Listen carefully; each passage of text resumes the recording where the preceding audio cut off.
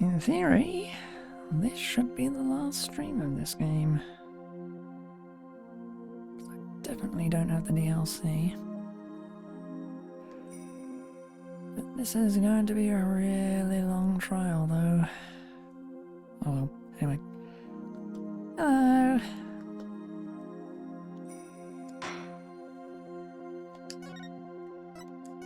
Let's try and finish this today.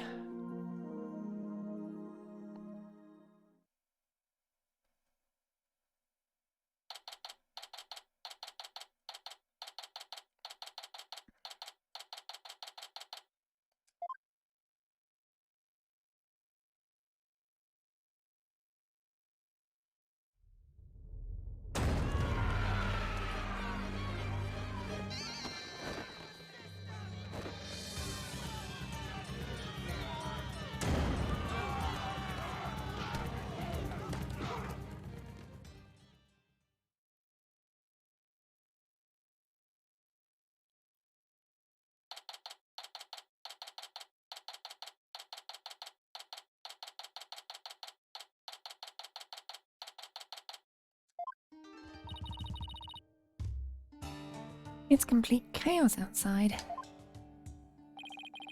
Let's just say the Defiant Dragon supporters demonstrating for Dirk's freedom. I've taken a very special interest in the outcome of today's trial. They look about ready to string us up if we lose. Trials here are pretty much like the ones back home, but with one major difference. The divination seance. The victim's final memories will become a matter for deliberation. Mad about that. But they haven't stopped you from winning your cases here in Terrain. True, but it wasn't easy. Still, the memories of the dead are simply another piece of evidence. There's always a way to deal with them if your client is truly innocent. Well, I know Dirk is innocent, but...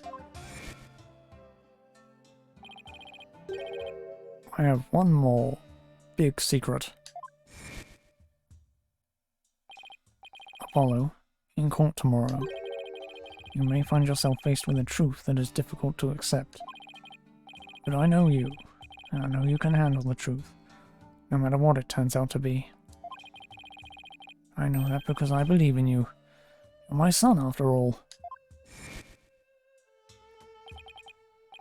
Dirk, what is that secret you're keeping? Hey, AJ! Here you go, just like I promised.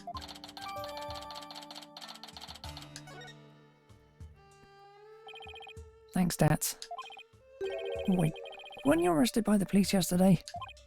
Yep, and I spent the night in the slammer. I had a fine meal, a shower, even a bed. What more could I ask for? That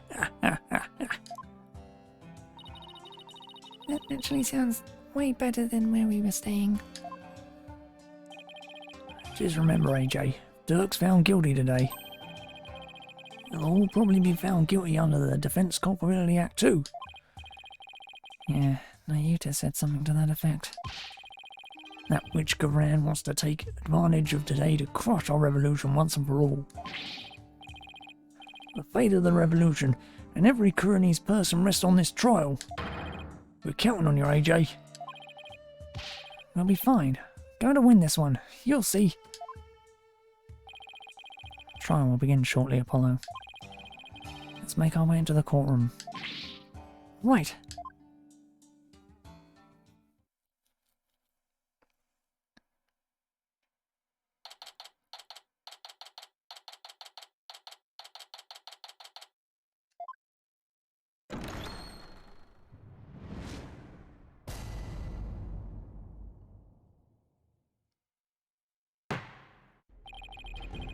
Let the trial of Dirk Shamadi begin. Defense is ready, Your Honor. The prosecution is ready, Your Majesty. So it's really come down to this. Don't expect me to hold anything back, Nayuta. This trial will examine both the murder of Justice Minister Inga and the assassination of the former Queen, Amara Sigatar Kurain. First, I believe we should address the murder of Minister Inga. Would that be acceptable, Prosecutor Shamadi?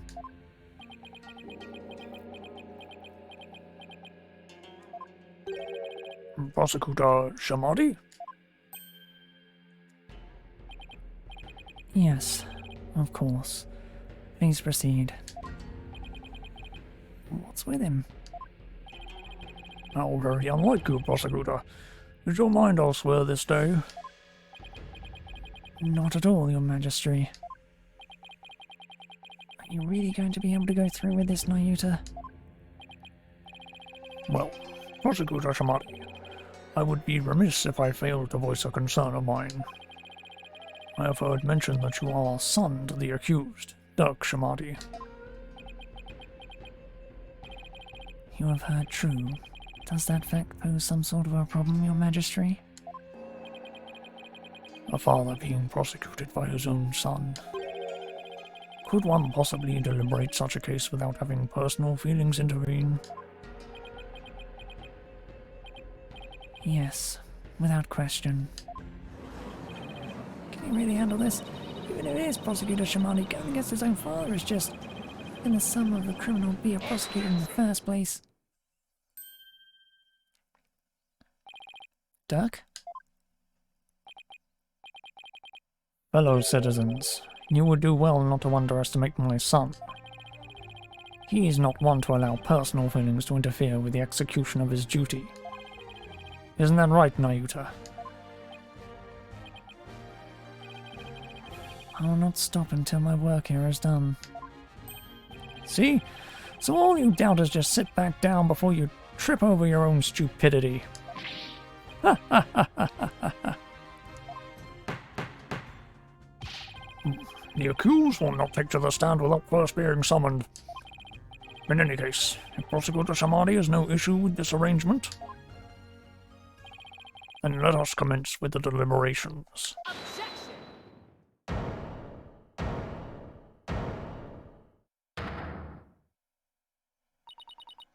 One moment, if you would. Your Eminence?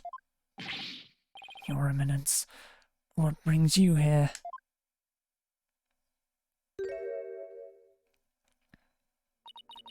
Your Majesty, it would appear that Prosecutor Shamadi does indeed have some reservations. No, that's not true. Did you truly believe you could deceive me, Nayuta Shamadi? One should hold no reservations if one is to stand on these hallowed funeral grounds. Funerary grounds. I have none, Your Emma.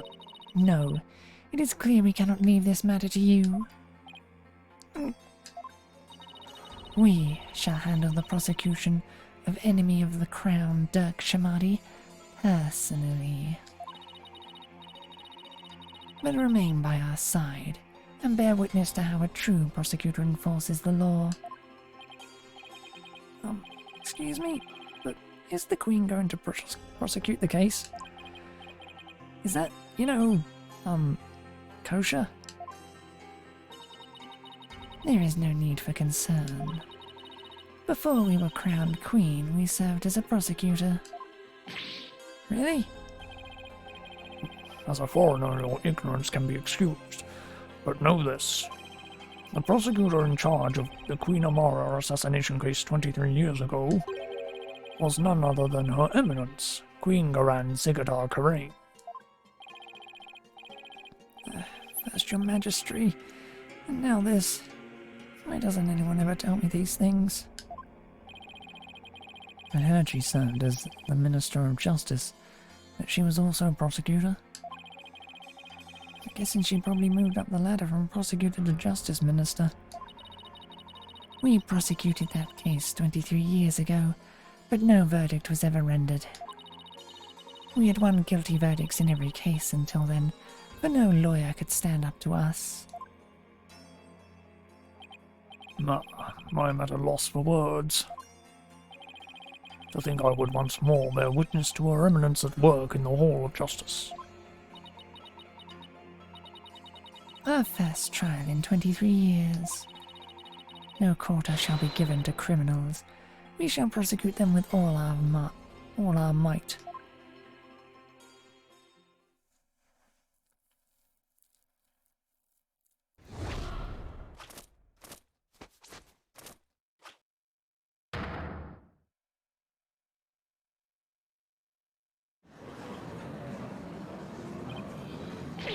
What a magnificent sight! Queen's attire for our prosecutor days. To think we would get to see it once more. What the?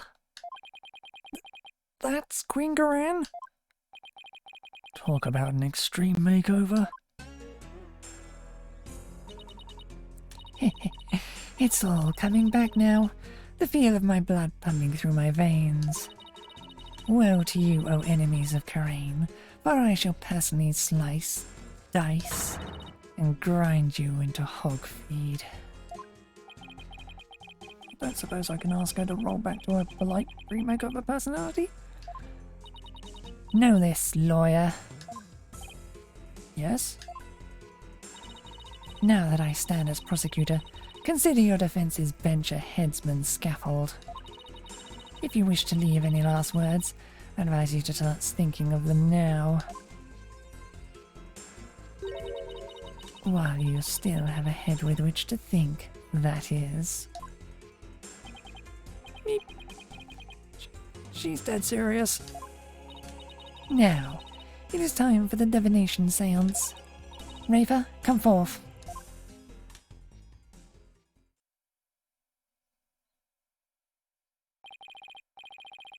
Your benevolence, thank you for gracing us with your presence.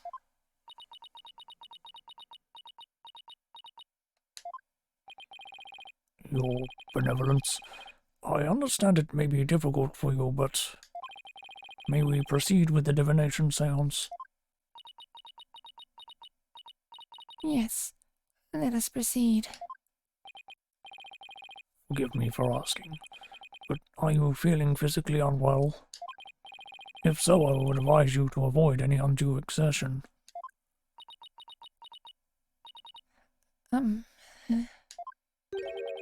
Your benevolence?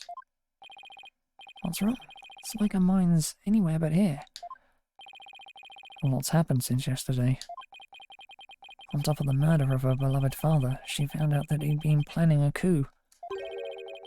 Today she'll have to experience his death through his own eyes. Yeah, that would be enough to shake anyone up. Still, it seems like she's worse off today than she was yesterday.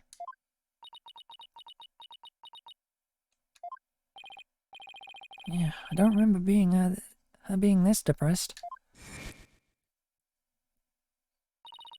We must speak with our child. It is a mother's duty to discipline her child, after all. Now, if you would excuse us. Discipline. Coming from her, I don't like the sound of that at all. Wait. Duran didn't do something to her, did she? Your Eminence, about today's divination seance? As I understand it, the prosecution has yet to review its contents. Is this deviation from protocol a part of your plan? Prosecutor Shamadi, would you care to explain your actions? Your Eminence, the accused was caught at the scene of the crime. Therefore, I deem no seance would be necessary for such a clear-cut case.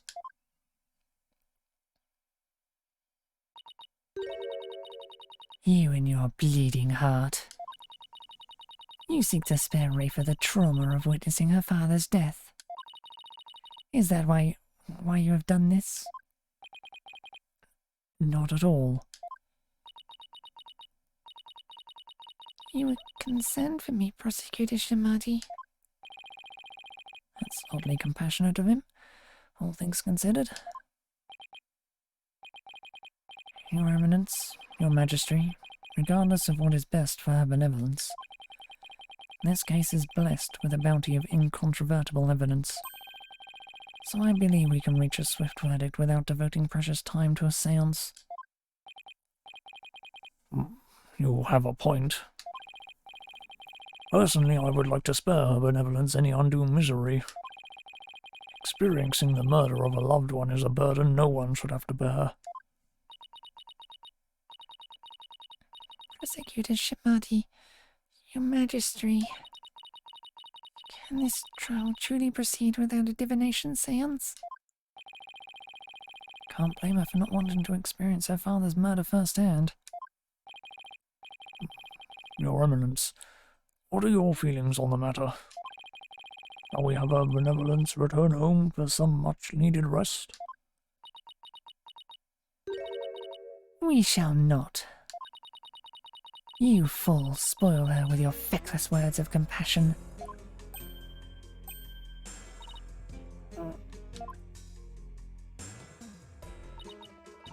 Listen well, Rafer. You have spoken time and time again about how grown up you are now. Yes, but... So, let us see if the royal priestess has truly come into her own. Are you prepared to fulfill your duty and perform the divination seance as you should?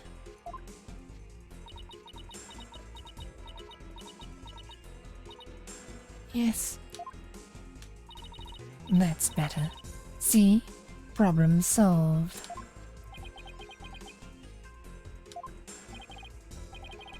Oh, Rafer, is this really a good idea? I guess we'll see. Very well. Let us begin the divination seance. Yana, my robe. Oh. Looks like Nana's still missing. It's been a whole day already. Bobhead. Yes? You remove my robe. What? Why me? Don't keep her benevolence waiting now, Mr. Wright. Can't you see she's ready to begin? Great, I've been reduced to royal robe remover. It's like she's grooming Mr. Wright to be Nana's replacement.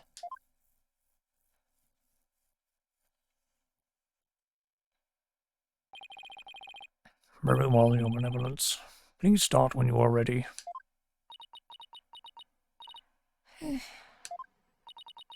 Come, Rafer. You know what must be done. There is no turning back now. I know. Final memories of the deceased. This should be interesting.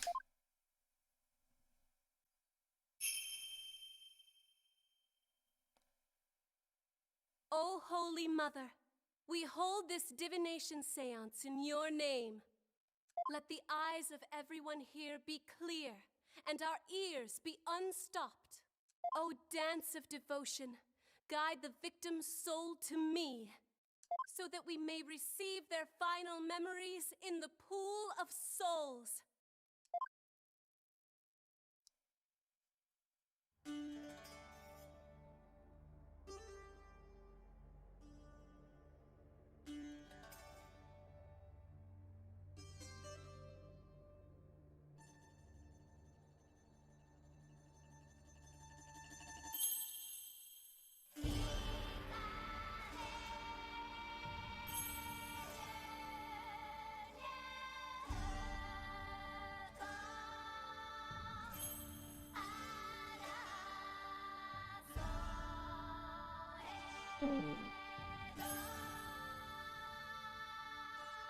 I shouldn't put my goddamn neck.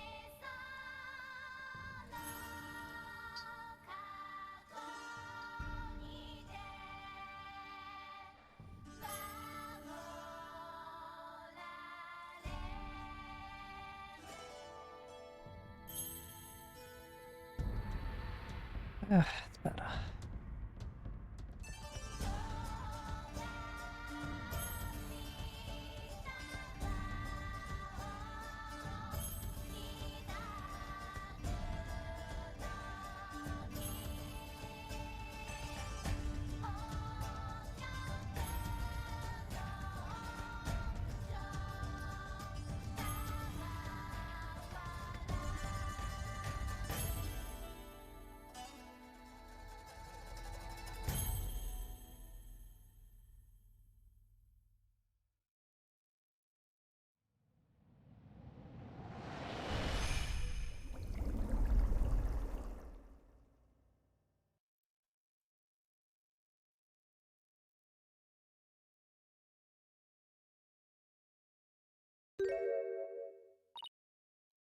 I, I, I, uh, uh.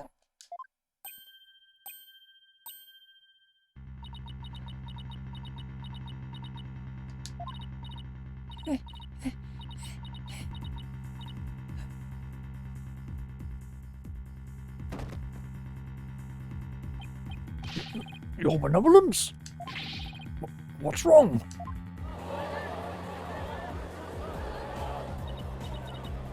This is unacceptable. Bailiff, take your benevolence to the first aid station at once. This is not good.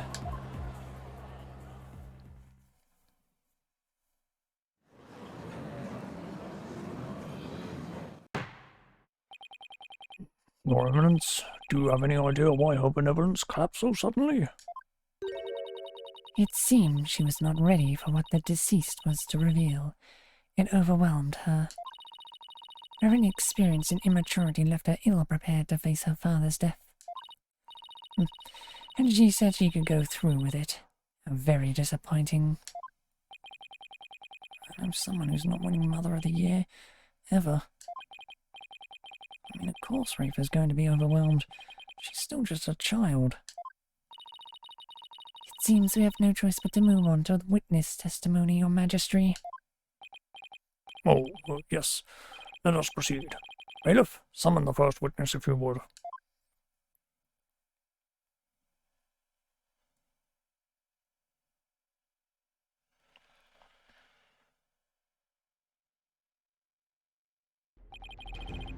Is this not the accused? It is indeed. I thought I would give him the opportunity to plead his case.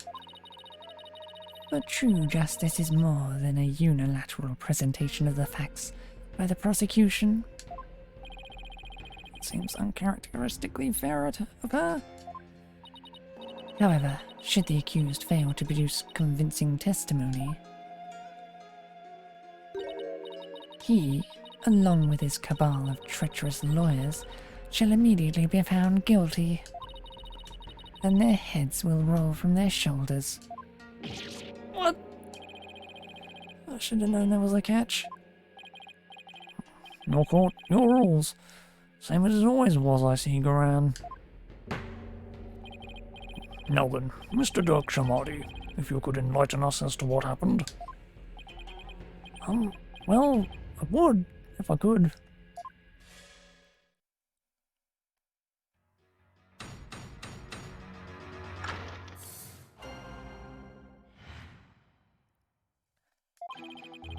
I was struck by a sudden dizziness the moment I entered the tomb. The next thing I knew, I was standing there with a bloody knife in my hand. And lying right in front of me was Inga, dead as a doornail. No recollection of what happened in the interim. But I didn't kill him. At least I don't think I did. I'm gonna go against everything I believe in.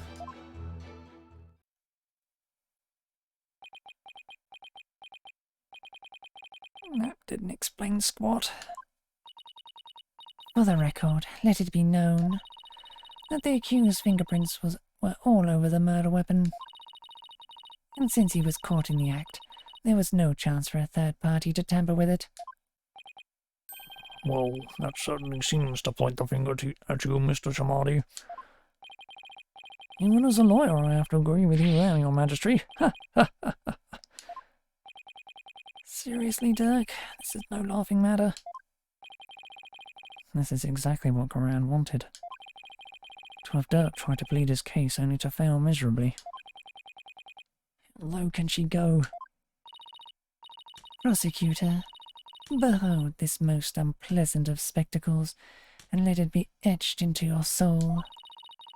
See how instead of accepting the inevitable, those fish-brained lawyers flounder and flop themselves straight into the abyss of despair. Yes, Your Eminence. Show me the way. Now then, would the defense please begin their cross-examination?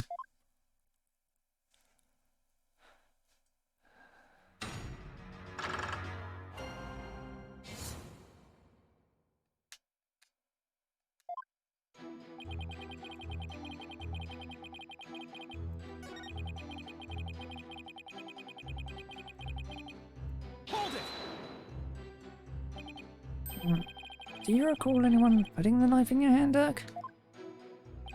Wish I could say I did, but I don't remember a thing from before I came to. Think there might have been a third party in the tomb, son? Yeah, because if you didn't do it, then the real killer must have been there with you.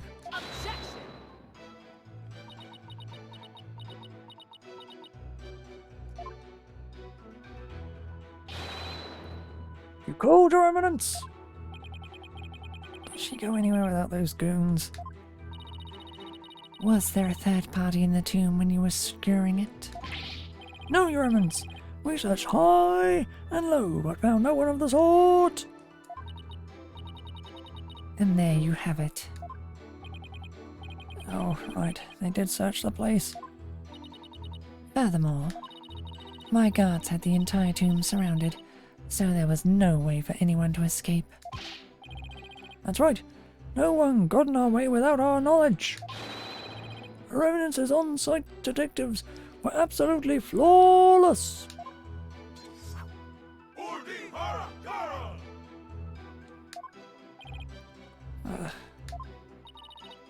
Do you see now? The presence of a third party is beyond the realm of possibility. The tomb was, for all intents and purposes,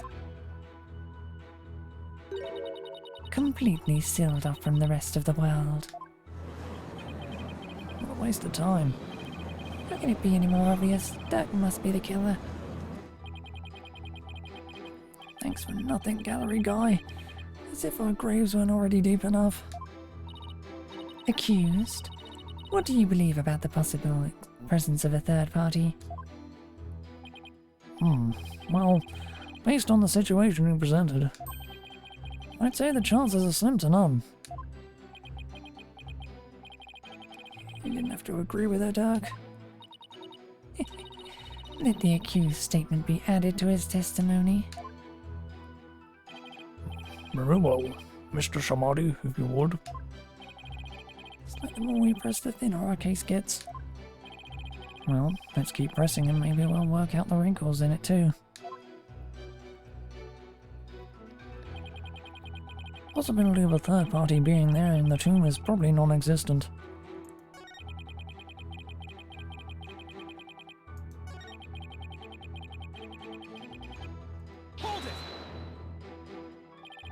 Days passed since the murder. Haven't you remembered anything in that time? My memory is a complete blank. It's as if that part of my brain had been scooped right out. How very convenient. But even if you've no memory of the event, your guilt is without question. There is nothing more to debate. You're forgetting one thing, Garan.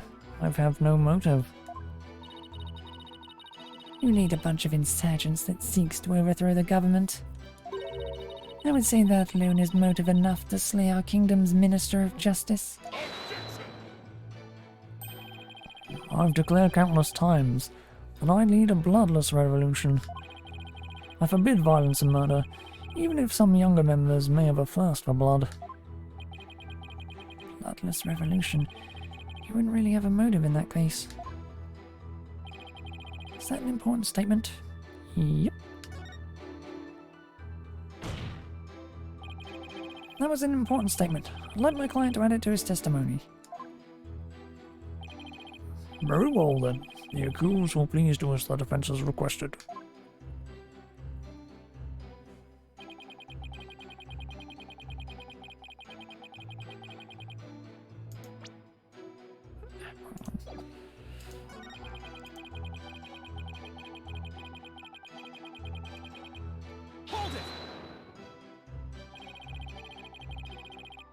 Can you state that you didn't kill him more definitively? How can I when I have no memory of what happened? Well, can you at least state whether or not you are a murderer? That I can do. I am not a murderer. I would never kill anyone no matter the circumstances. And do you have any evidence to support your claim that you did not kill the minister? Evidence? No, can't say I do.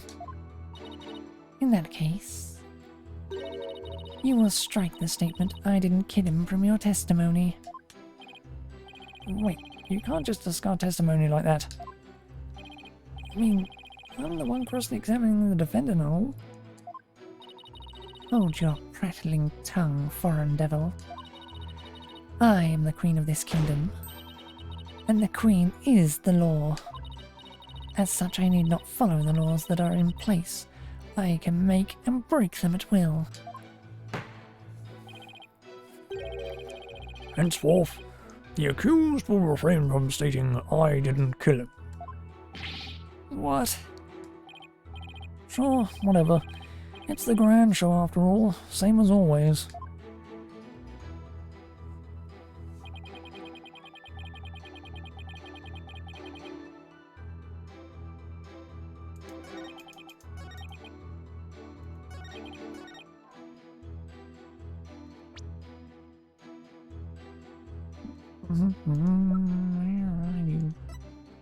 Objection! Revenants, I'm afraid this trial will not go exactly as you anticipated. Because I can show you how there might have been a third party in that tomb. Oh, how very fascinating. Go on. I do so love a good fairy tale. We did a luminol test at the crime scene, and we found a bloodstain that didn't match the Justice Minister's blood. I'll remind you that neither Dirk nor Miss Fay were injured during the incident. The thing is, this bloodstain we found had been wiped up by someone. What's this? But who would have done such a thing? That's the big question, isn't it? Who wiped up the blood and why? Thinking about it logically, must have been someone who wanted to conceal their presence at the scene of the crime. Oh, and to whom do you suppose the bloodstain might belong? Bloodstain belongs to...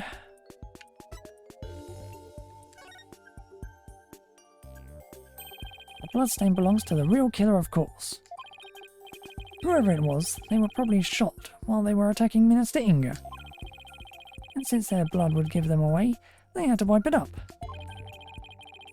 I say this because we know for a fact that the Justice Minister fired his gun in the tomb. Objection! You have the memory of a flea.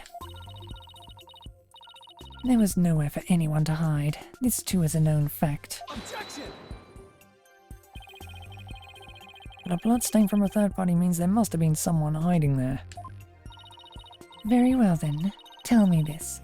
Where was this third party hiding? Oh,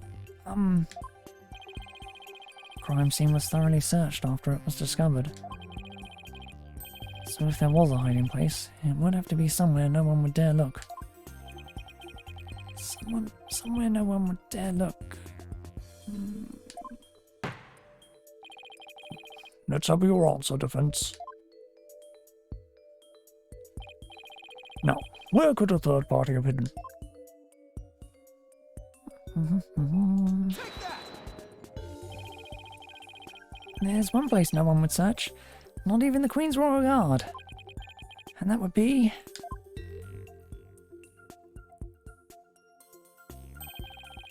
inside Queen Amara's sarcophagus.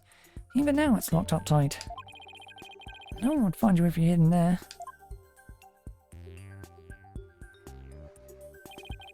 I'm told that it's temperature controlled to preserve the mummy within. But if someone dressed warmly enough, they could withstand the cold for a short time. This is sacrilege. Surely the perpetrator of such a foul deed would be cursed. That's just it. And the killer knew everyone would be too scared to open the sarcophagus. True, the guards were so scared of being cursed they wouldn't even touch it. And when the coast was clear, the killer made a quick escape from within their frigid confines.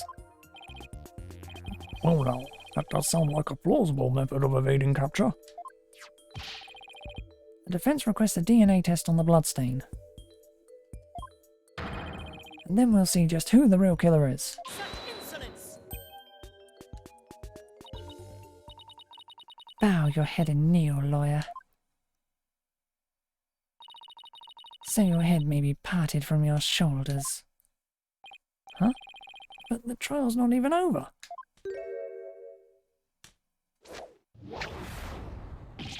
Ah! How soon you forget.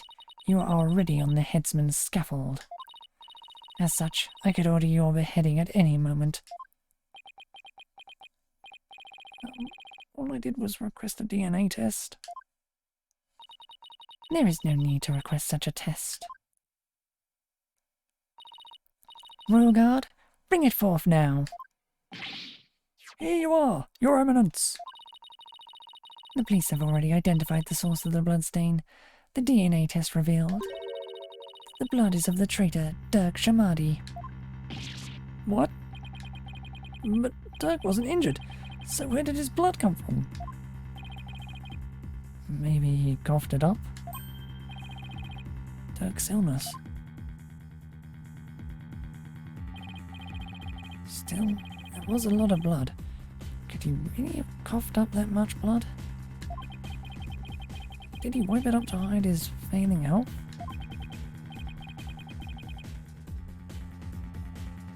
Dirk, is it really that bad?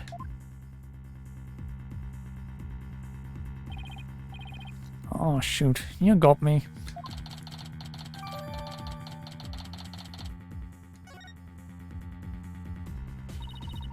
Pay attention, Horn Devil, for this case has already been solved. You claimed that this bloodstain would lead us to the real killer, did you not? About that? Did you or did you not make that claim of your own volition, Defense? Yes, I did. After she steered you in that direction, that is. I fell right into a trap. Do you see now the folly in opposing the very embodiment of the law? Whatever you say or do shall come to no avail. A third party at the scene of the crime. It's beyond the realm of possibility. No! Praise be for Queen Garant. Her Eminence legal tactics are beyond compare. I hate to say this, but she really got us good. The key to Amara's sarcophagus is under the protection of the royal family. My husband or I are the only ones who could open it. Therefore, it would be impossible for some knave to open it. Really discount the sarcophagus as a hiding place, though. What if the real killer is still in there? It's not just ridiculous. I believe we have rebels and sympathizers in the gallery today.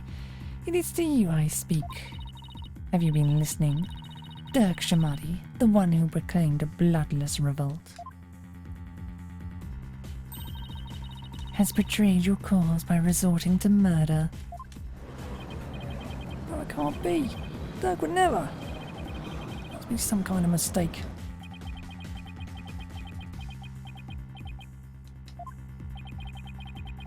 Fine Dragons and their sympathizers are starting to have doubts. So this is why Goran allowed us to cross-examine Dirk. By establishing his guilt in Inga's murder, she's effectively damaging his reputation among those who support him. True, but now we have an even bigger problem. And now, filthy lawyers, you will honor your end of the bargain. Accept your guilty verdict for your failure to explain your client's actions.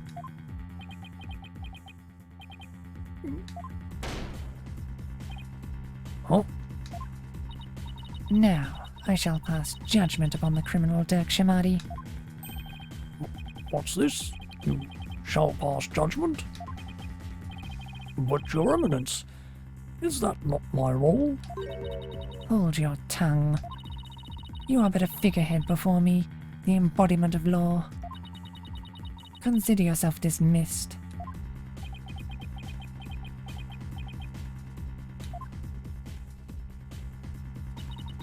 As Queen of Karain, I shall now pass judgment upon the accused. Guilty.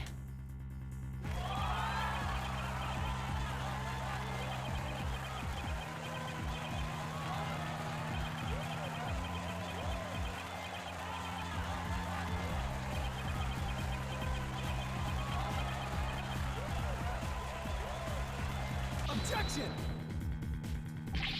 Wait. You didn't even give me a chance to rebut. Know when you're a defeated lawyer. But just this once, I am willing to show you the depths of my compassion. Tell me why I should allow these proceedings to continue. Come, convince me. Quick, Apollo. Even if you have to bluff, we've got to keep this trial going. Sure that the crime could have been committed by a third party. Am I supposed to do that? Oh, why don't you start with, how about the timing of Inga's murder? What? This whole case is built on a single premise. That Inga was murdered after Dirk entered the tomb. What if that's not true? Like, if our assumptions are all wrong? It just might work. Well, don't keep us waiting, defense. Dirk became the prime suspect because it didn't seem probable that there was a third party at the scene of the crime. But there is another question we should ask ourselves at this time.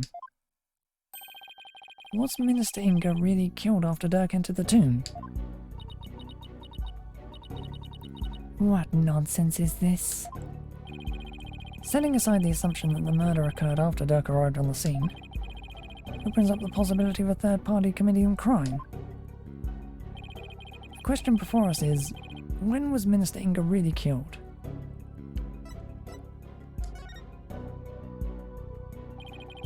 Isn't it possible that before Dirk even set foot in the tomb, Minister Inga was already dead? That would certainly make the possibility of a third party more probable. Why, of course. I fell unconscious right after I entered the tomb. Even if I hadn't, I wouldn't have had a clear line of sight to his body from the entrance. Which means you wouldn't have noticed his body either way. This scenario is entirely possible. And so we can't rule out the possibility of a third person committing the crime. I see. Well, that certainly does make sense. So far so good. This might actually work. Very well. I shall play along with whatever little game you have knocking around in that tiny mind. I was starting to get quite bored of all this. I could do with a distraction. Yes. Let us hear some testimony that will shed light on when exactly the minister was slain. Bailiff, summon Rafa. Surely she is recovered by now. What about me? Don't I serve a purpose anymore?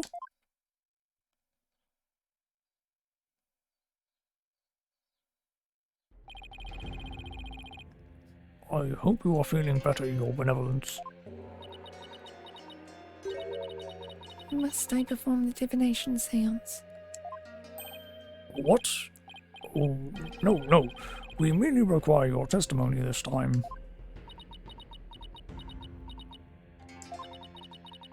How could my testimony be of any value? Your Benevolence? Princess Rafa seems awfully depressed. After what she's been through, summoning her again is like rubbing salt in the wound. Being unable to perform the seance was probably the last straw. I hope she doesn't pass out again. Prosecutor Shamadi, may I ask you something? Of course, Your Benevolence. I've been meaning to ask you this since yesterday. Did you know about Queen Amara? And about me? From where did you hear such a thing? Mother. Only yesterday. Rafa was carrying on about telling the truth to the people. So I told her. I told her what the truth really was. For it is up to a mother to discipline her child. I see. Be as it may, your benevolence, it has no bearing upon our trial here today. So there is no need to let it trouble you. I know. Duran told Rafa about something other than Amara's status. Sounds like it, but what could it be? Rafa, the defense has proposed something preposterous. They somehow think your father was already dead when Dirk entered the tomb. But I believe you can prove them wrong. Are you prepared to do what is required of you?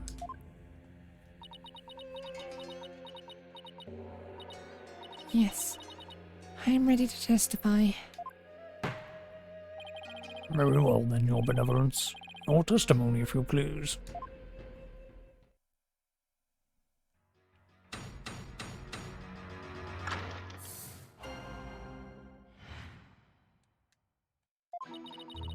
On the day of the murder, I was gazing upon the courtyard from my second-floor veranda. Around 2:30 p.m., I saw my father heading for Amara's tomb. Then, at about 2:45, I saw Barbed Head and company enter the courtyard. I saw no one go in or out of the tomb after my father entered, at about 2:30. Your second-floor veranda? Oh, she must be talking about that house facing Inga's private residence.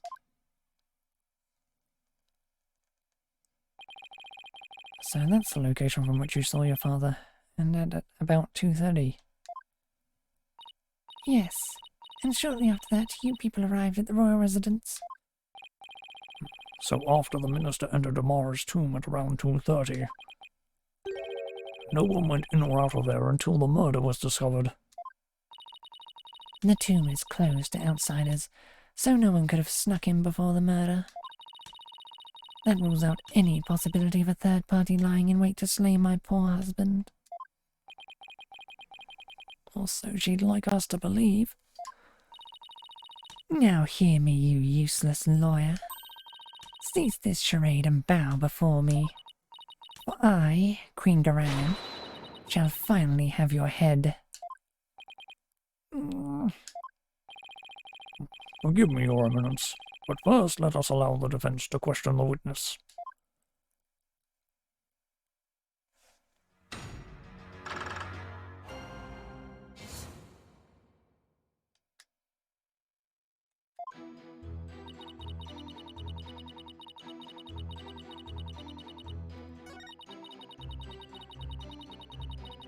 Hold it!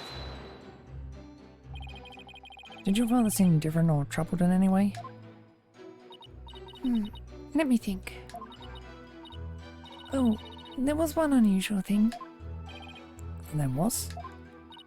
Yes, a shriek emanated from within my father's quarters. After which I witnessed him bolt outside, his countenance drained of its usual colour. He screamed and he was looking pale. What do you suppose happened? I know not. Perhaps he had a bad dream? Maybe it was a nightmare about being raked over the coals by the Queen. It seems our young lawyer here wishes to hasten his journey to the Twilight Realm. Sorry, that was rude of me. Does the defense believe the witness's last statement to be important?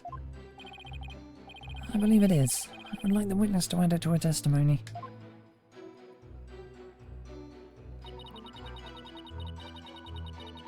My father let out a scream and came dashing out of his room, his face pale.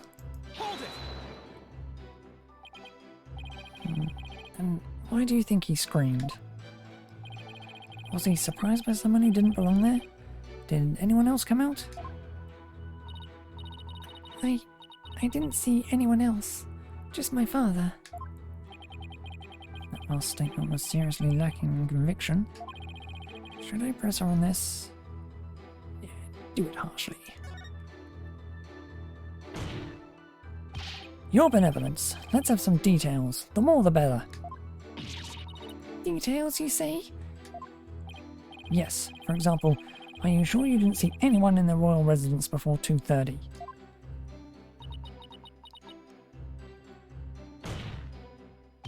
Well, is that a yes or a no? Eesh. Foreign devil. I'd been gazing upon the courtyard since about 2 yesterday. Yet I saw none other than my father. Oh, if only I had stopped in then. I think you've struck a nerve, or rather obliterated one. Maybe I pressed a little too hard. Still, that last statement seemed a little off somehow. So you didn't see anyone except your father in the courtyard after 2 p.m, huh? Please add that to your testimony, your benevolence. I'd been gazing upon the courtyard since about 2, but father was the only one I saw.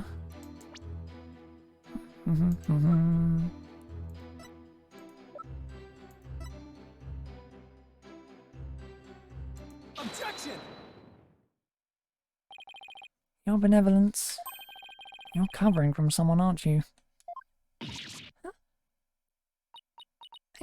I don't know what you're talking about. Sorry, Rafa, but you're not gonna like this. Well, the thing is, I have a statement here that you might find interesting. It's from a witness who claims that, around 2 p.m, his dog got loose and ran into the palace courtyard. That's when the little fellow stole this hat from someone.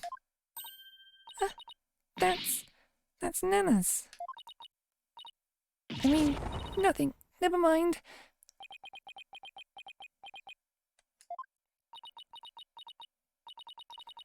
You fool of a daughter. Seems the princess made a blunder. So let me get this straight. This is Nana's hat, which means she had to have been in the royal residence at around 2. If so, then you had to have seen Nana sometime after 2 p.m. yesterday. No! Please, your benevolence, tell us what you really saw.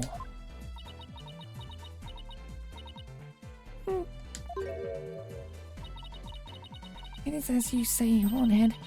I saw Nana. I saw that dingbat dog steal her hat from her in front of my father's residence. I knew it. Why didn't you say so in the first place? Because, my mother told me not to. What?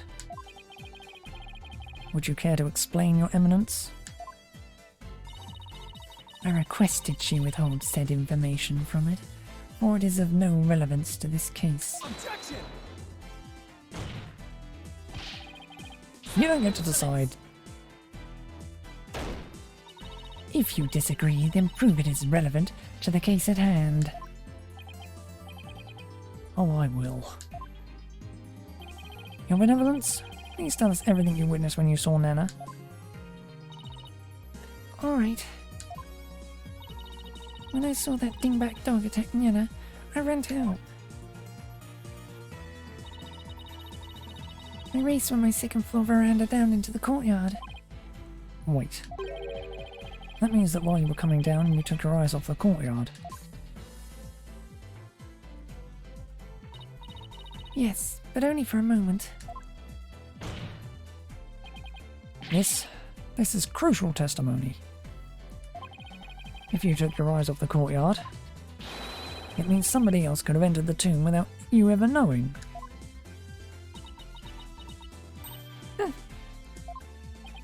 Your benevolence? Are you sure no one else was there? Oh, yes. She's hiding something again. What about Nana? Were you able to help her? When I got down to the courtyard, she was gone. Gone? Yes, and I never saw her again after that. Any idea what happened? That dingbat dog must have gobbled her up. I seriously doubt that. How could Nana simply disappear while Rafer wasn't looking? Rafer must know something. The only question is what?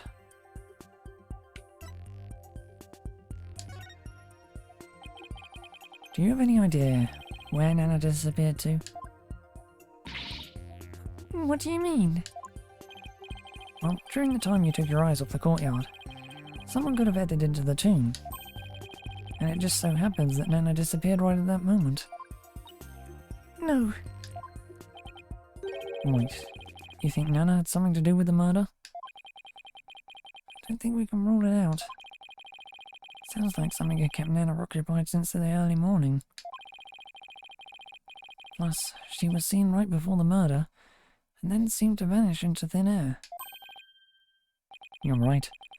And since she's Rafer's attendant, she could come and go as she pleased within the palace grounds.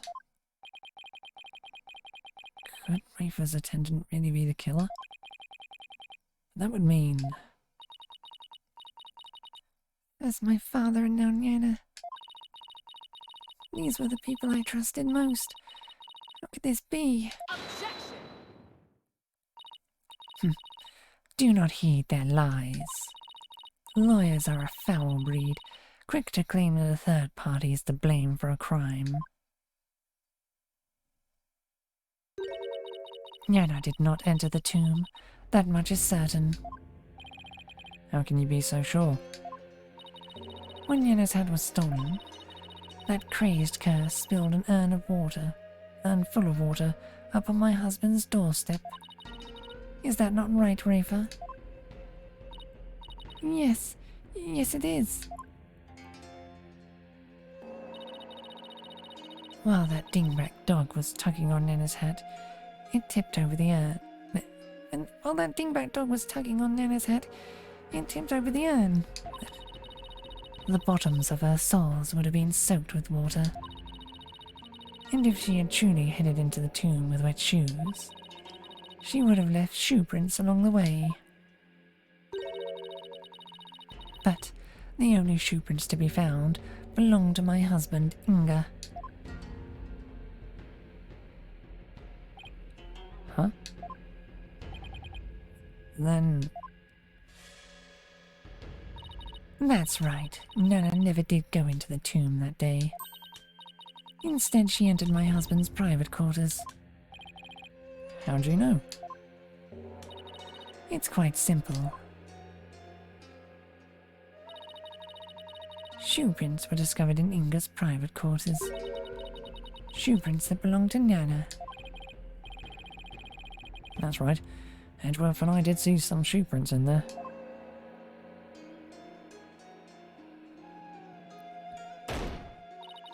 Now do you understand?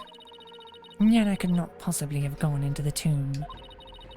And that supposed third person at the crime scene is but a figment of your imagination. Another glorious deduction! All hail the genius that is our eminence Queen Garan! Bow down before a glory witness, lawyer!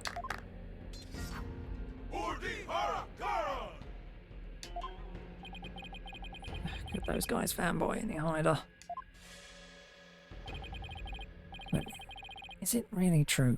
Did Nana not go into the tomb? Excuse me, but... Mr. Wright? Your benevolence. What time was it that the dog attacked Nana? I believe it was about 2:15 p.m. I see. Apollo, if Nana entered Inga's private quarters around 2:15, and Inga came racing out at about 2:30, pale-faced and screaming, then... I know what you're getting at. Yes, that might explain the scream. Would the defense please share their theory regarding Justice Minister Inga's scream? Certainly, Your Majesty. Minister Inga screamed because he was attacked by Nana. Maybe he was attacked by Nana? This would make the Justice Minister's private quarters the real scene of the crime. Does your idiocy know no bounds? The Minister's body was found in the tomb. Or are you suggesting that the body was moved?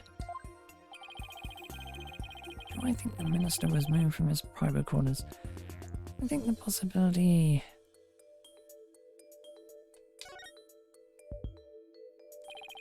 Considering the facts that the body was found in the tomb, I'd say there is a possibility. What utter nonsense. Rafa had been watching the courtyard.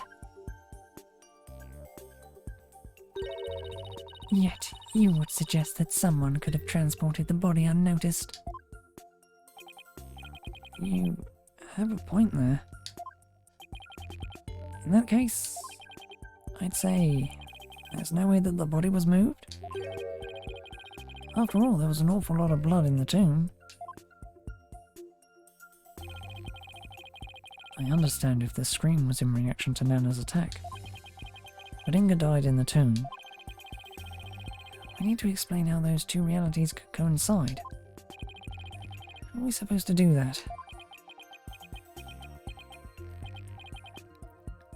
Oh, maybe where he was stabbed and where he died were two completely different locations? What do you mean? It's just, look at this as simply as possible.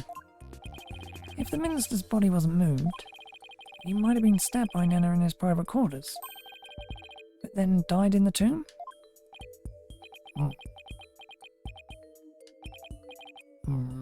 I see.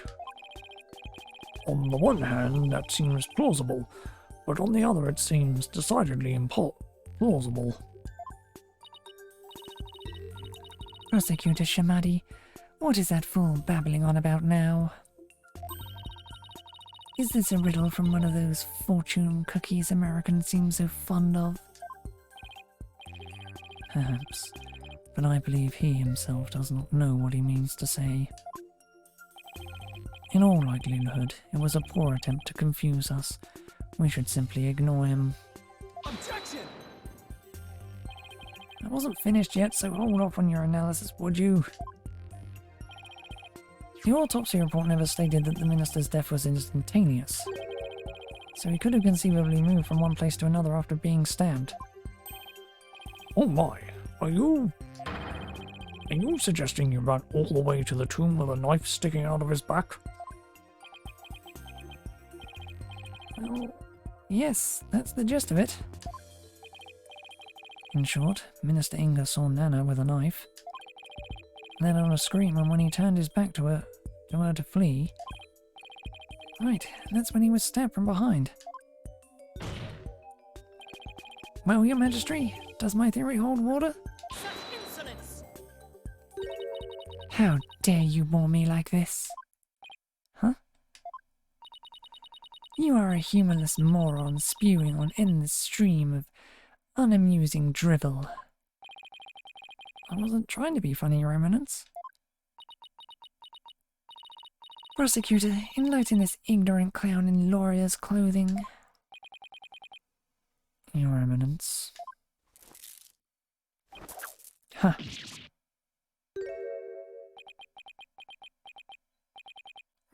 Nayuta? You dull, slow-witted, putrid-minded lawyer. Perhaps you were too stupid to notice you had been stabbed in the back. But a normal person would have noticed due to the excruciating pain. Now hold on. Allow me to teach you the meaning of pain. Please stop! Mayuta has a point. Normally most people would notice a dagger in their back. Oh yeah, I doubt someone could ignore pain like this. Still, in this case, it's the word normal that we should emphasize. I'll take another look at the court record. Right, there must be something that explains this. There's a reason Inga didn't feel any pain, and the defense will submit evidence proving just that. Very well. Please present your evidence. Why didn't Justice Minister Inga notice that he had been stabbed?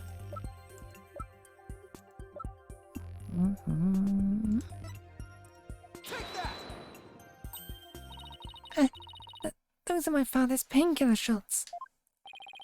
The defense will explain the significance of this evidence.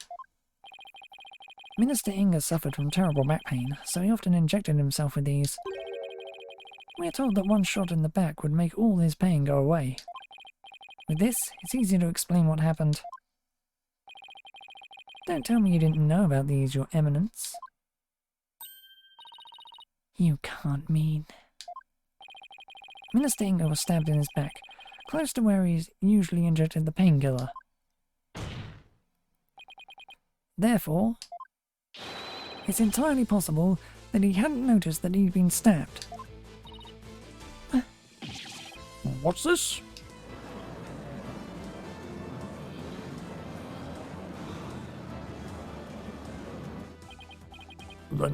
Then, are you suggesting Justice Minister Inga really ran off with a knife protruding from his back? I am, Your Majesty.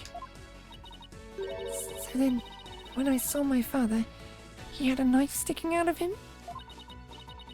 I mean, with that cape of his, I couldn't see his back very well.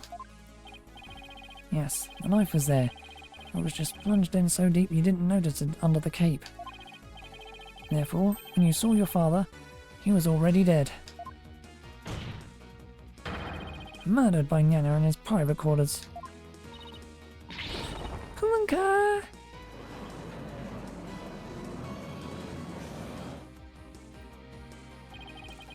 Holy Mother of Karain, are we dealing with the living dead here? Well, technically he wasn't dead yet. I know it's hard to believe, but this is a plausible sequence of events. Once Minister Inga arrived at the tomb, he could have removed the knife and dropped dead from blood loss. Nana killed my father. There must be some mistake. The defense would like to call Nana to the stand. You seek to drag an innocent old woman to the stand with no proof whatsoever. Well, there's no real proof, but... What a tangled web of expedient lies you weave. I can no longer tell fact from fiction. Who or what shall I believe in now? Sorry, Reaper. All I've done is confuse you. But I have a sneaking suspicion Nana's involved in this case, one way or another. Just when I thought we'd blown this case wide open. Well, there's no turning back now. You fool of a lawyer. I know why you are so desperate to prove the accused innocent.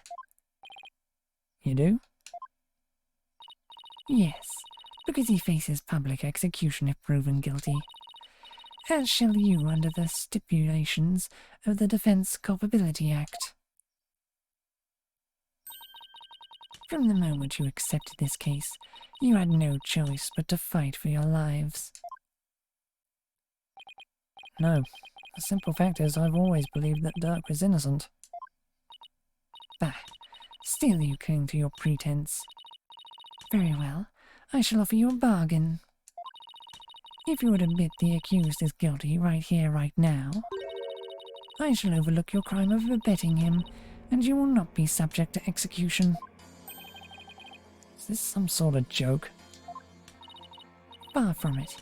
As Queen, I have the power to grant pardons, even to criminals like you. And with the wave of my hand, I can even reduce the severity of a sentence.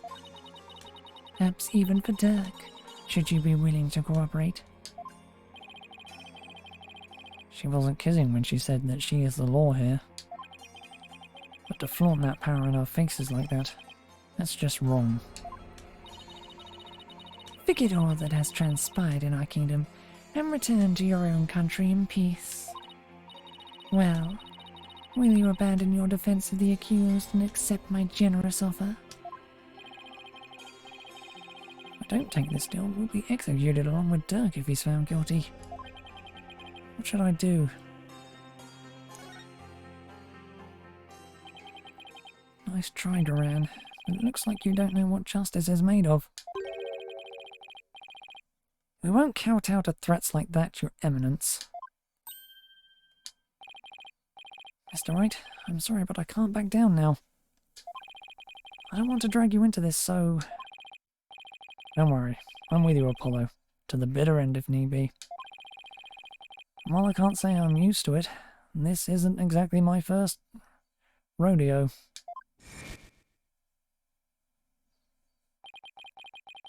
But if I'm found guilty, you'll get the death penalty too. Even knowing that, you still want to defend me? I don't know what happened in the past, but it looks like everyone in this country considers lawyers to be liars. So I can understand if you don't believe me, but I still believe in you and your innocence. So all I have to do is keep believing and find the truth. That's all there is to it. So keep on fighting, Apollo. You'll hear no objections from me. You nincompoops. You'll die if you lose this case. Why would you even entertain the notion of continuing? I believe that Dirk is innocent, that's why. And besides, trials exist to give the truth a chance to get out in the open. You can't give up just because you're afraid of some punishment. Even if that punishment is death, does that not frighten you, Hornhead? Who wouldn't be scared? I mean, just thinking about it. It makes me weak in the knees, to be honest. But as a lawyer, I have a duty to protect my client. I can't just abandon that. Duty you're willing to die for. And yet I... Duty. It's a heavy burden, all right. Aoife looks like she's really struggling. Your benevolence. As Crown Princess, you are destined to rule this kingdom one day. That means there will be many things that you alone must determine. Things like how to keep your people happy, and what is true and what is false. And most importantly, what role you must play therein.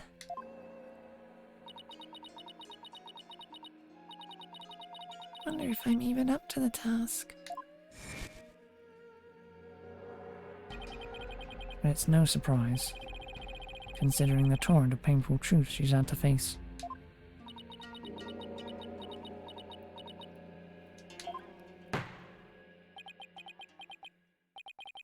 Very well then. If the defense is prepared to face the death sentence under the Defense Culpability Act, then I see no reason not to continue with the proceedings. But I must admit, I see no grounds for doubting the accused's guilt. Unless the defense has further evidence that would indict a proper suspect. That would indict a It's written right before me, I just need to read it with the voice. I'm having so much trouble. Unless the defense has further evidence that would indict a different suspect. Do we have anything like that? Well, lawyer, do you have any new evidence you would care to present? Or shall I have the executioner start his preparations? She thinks I can't do this. She's got another thing coming. First, I have some serious thinking to do. I'd say that new evidence indicting a different suspect does not exist.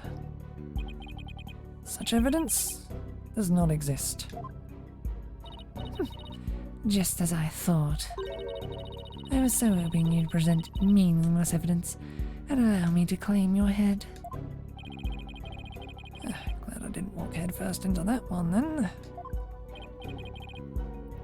So, what now, Apollo? Well, unless we can prove that Nana killed Inga, this trial is over, and so are we. Isn't there still a way to get the proof we need? Even without evidence? You know, key means of attaining testimony here in Karain? Huh? Wait, you actually suggesting...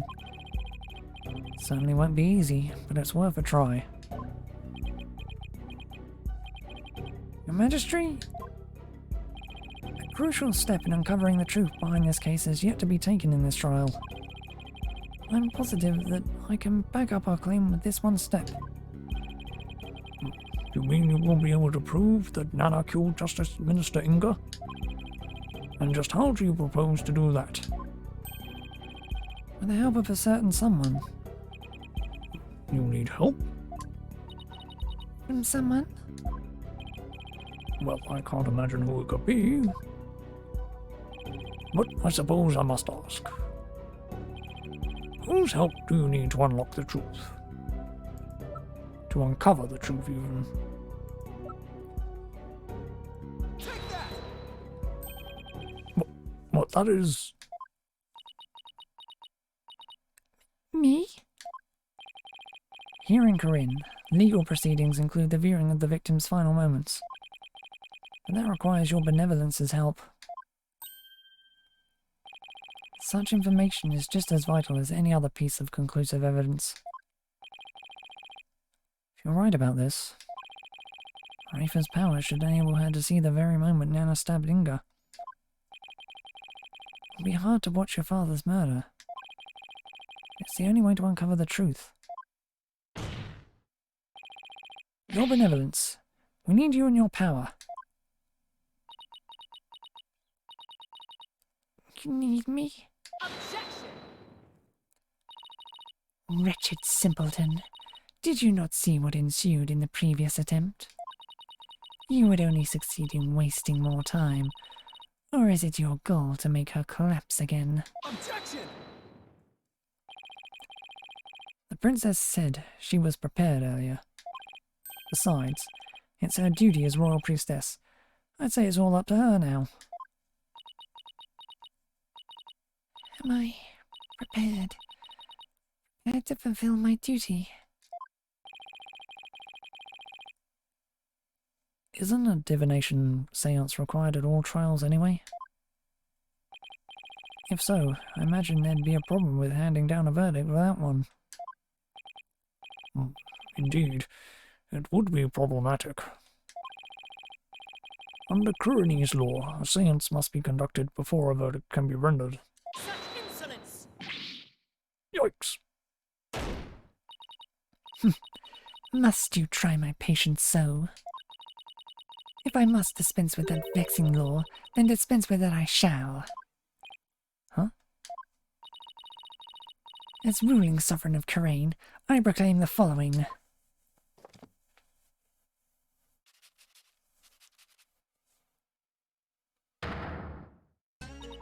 Henceforth, the divination seance shall be optional. What? She has the power to do that? She just wrote the law with a flourish of her hand.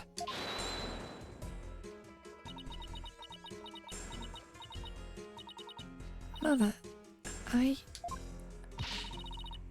do not wish for the trial to end like this. As the defense said, I must not neglect my duty simply because I am afraid. I shall go through with it this time. I will conduct the seance once more. Such insolence! Rafa, do not be fooled by his loyally guile. You are not prepared to witness your father's death.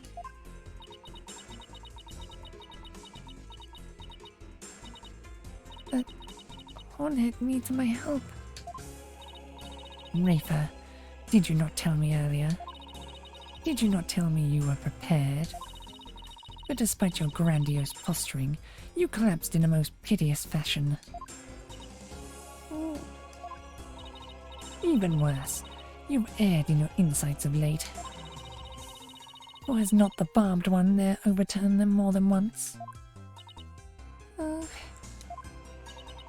You cannot be trusted to keep your word, nor can you reveal the truth through your insights.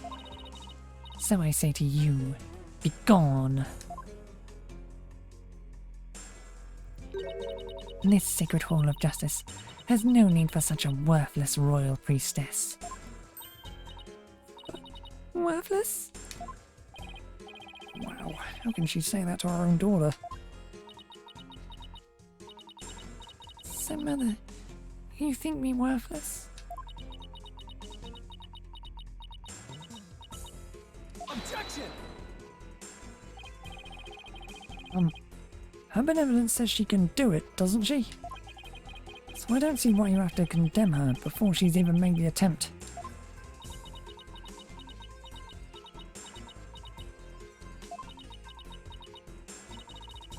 Very well, horned devil. If you really are so bent on having a seance, I shall give my consent. Really? However, should Rafer fail once more, you two and the accused shall all be executed on the spot. Come again? This is proving to be far more entertaining than I had anticipated. Well, lawyer, what say you? Will you wager your life and call on Rafer to perform a divination seance? Yes.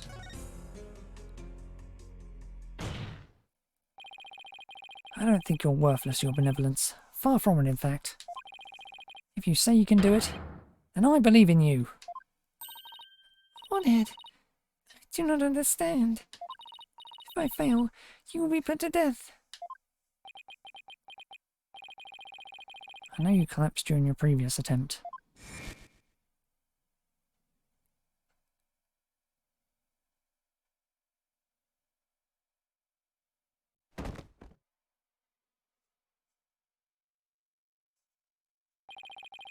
Can't even imagine how terrible it must have been for you.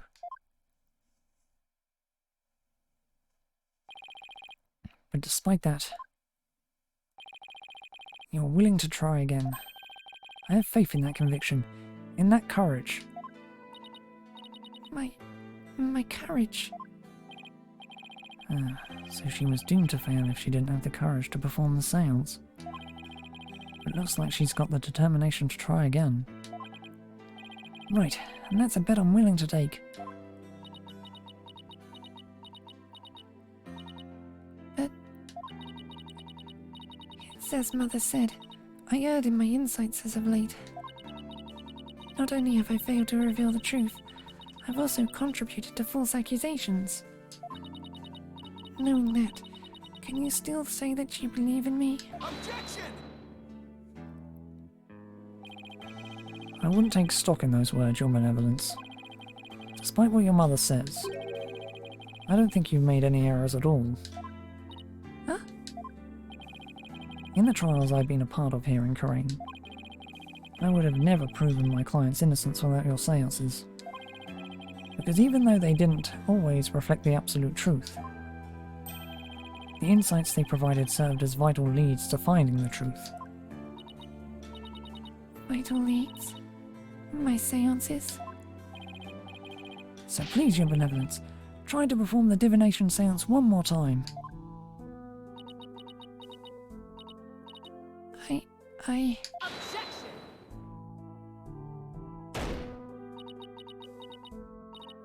Rafer, stop this madness. It is for your own good. You're ill prepared to face your father's death. Go, leave this sacred hall at once.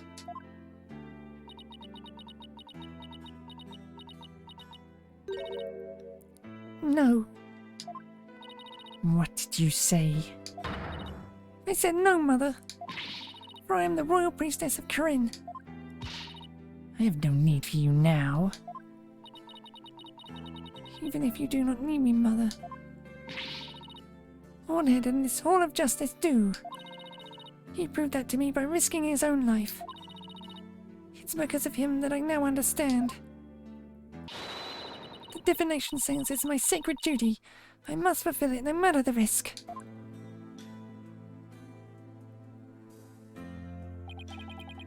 Your benevolence.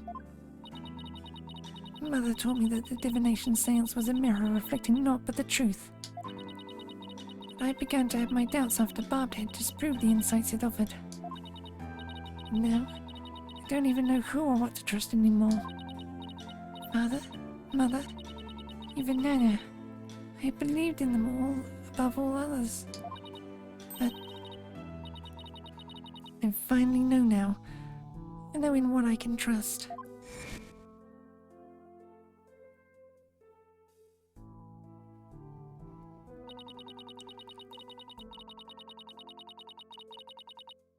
The royal priestess must debate each seance with the presiding lawyer and prosecutor.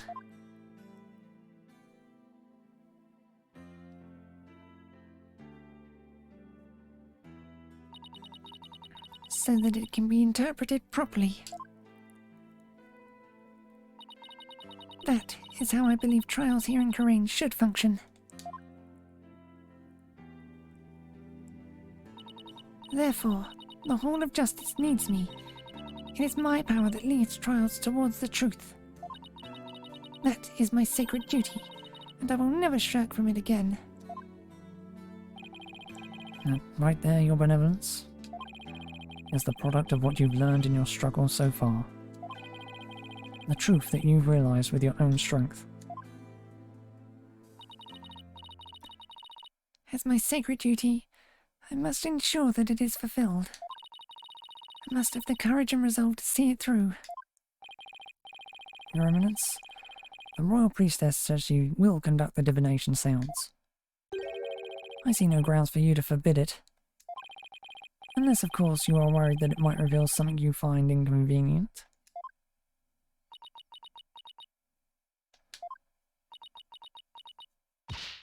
Mother, I'm done letting you have your way. Rafer, you would actually rebel against me, your mother and queen? Though I am scared to see my father's death. I must face my fear. That is what Hornhead has taught me here today. Rafer. I am the royal priestess Rafa Padma Kurain. And I am prepared to face my father's death.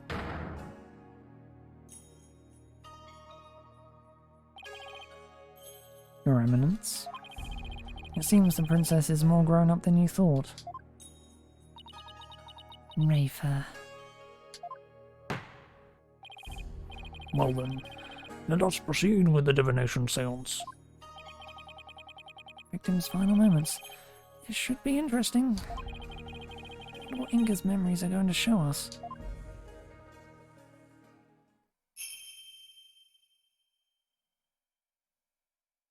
O Holy Mother, we hold this divination seance in your name.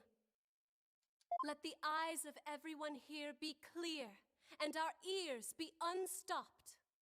O dance of devotion, guide the victim's soul to me, so that we may receive their final memories in the pool of souls.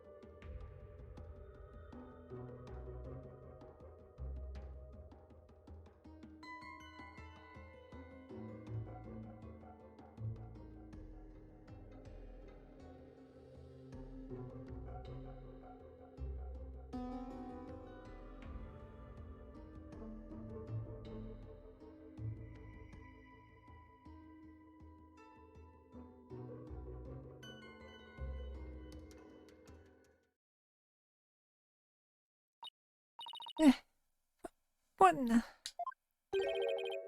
A faceless being? What the heck? His face, it's just like that picture of the founder.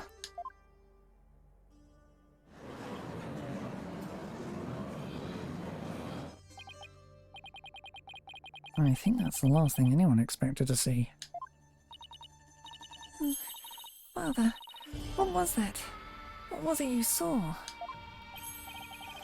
Are we to understand that this was the last thing the victim saw? Yes, there can be no mistake. That was what my father himself witnessed. How very strange. You don't suppose the Holy Mother possessed the accused and slew Minister Inga for planning a coup? Divine wrath of the Holy Mother! Oh, Holy Mother, we are ever grateful for your blessings. Talk about a sharp left turn into the Twilight Zone. You know, there's one thing in there that caught my attention.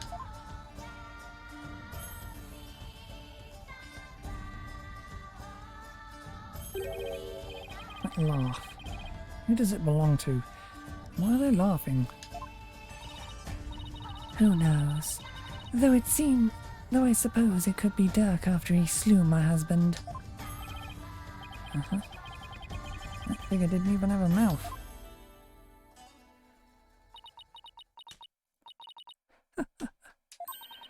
I think we're done here, lawyer.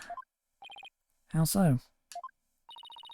You claim that Minister Inga was stabbed in his private quarters, and feeling no pain, went to the tomb where he eventually fell dead.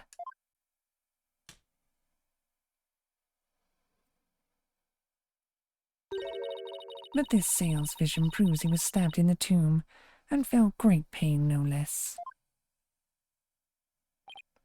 Oh, that. Therefore, as I asserted all along, it was the accused who stabbed the minister in the tomb. Everything just backfired big time. Wow. Fran has the devil's own luck, doesn't she? Now then, I shall give voice to the soul of the deceased. Listen well and heed these words.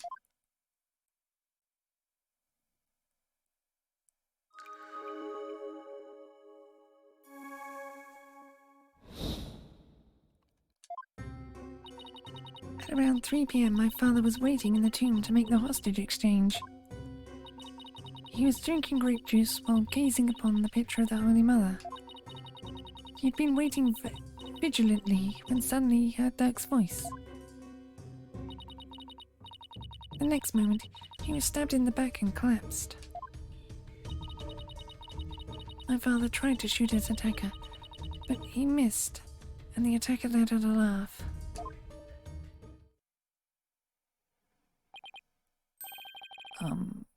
So what now, Mr. Wright? It's up to us to knock holes in Rafer's interpretation of Inga's memories.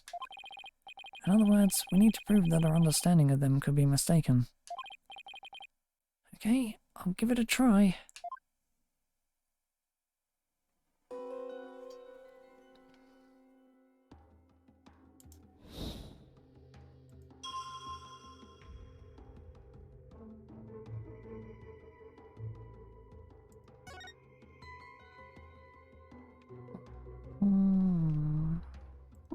Objection!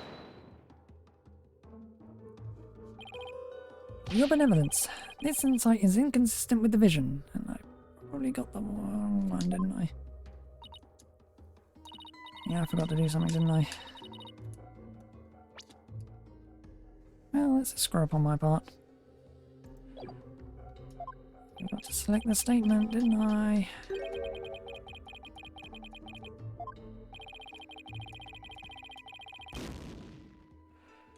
Ugh. Well, I was bound to fuck up sooner or later.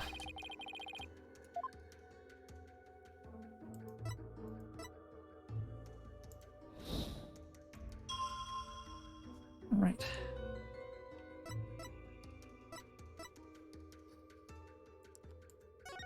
actually have the right statement selected as well would help. Objection! Your benevolence? There seems to be an inconsistency in your interpretation. An inconsistency? Where? Minister Inga is far too relaxed for what was supposedly about to take place.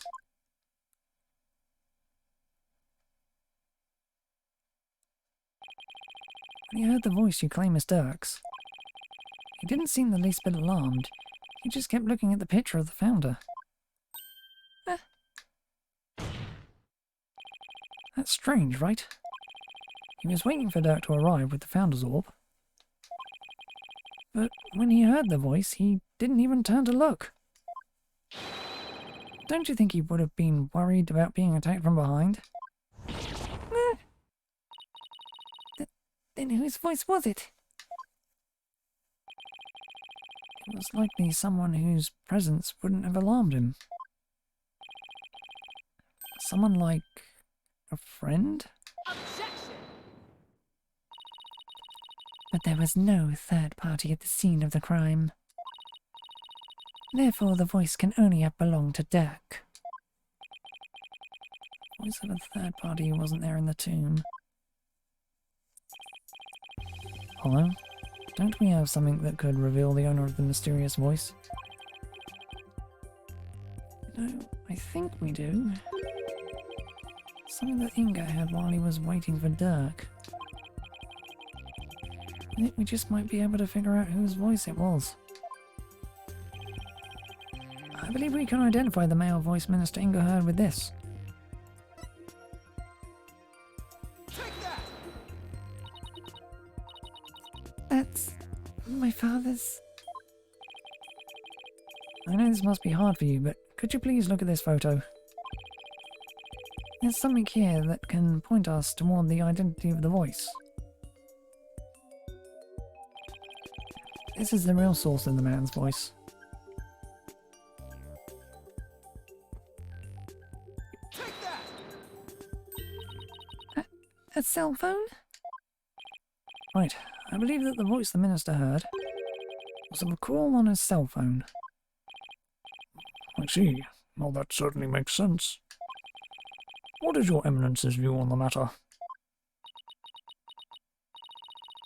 I can see the possibility. Then it seems I must refine my vision.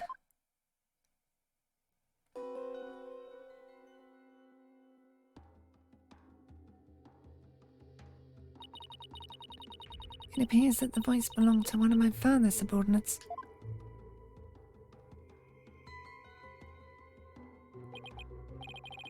Why do you suppose he was talking to one of them, then? My father had members of the secret police positioned throughout the palace. They were supposed to contact him as soon as they saw Dirk and the rest of you.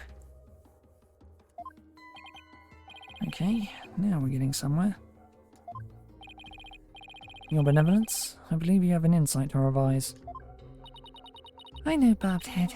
Don't presume to tell me how to do my duty.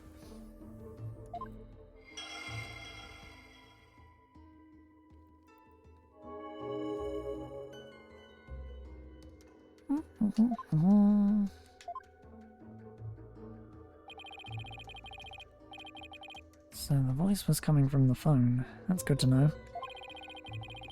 There might have been other sounds coming from the phone. Sounds that could be clues. Let's take another look at Rafer's insight and really focus on the various sensations. Okay, I think I'm getting the hang of this now. After I screwed up at the start. Whatever.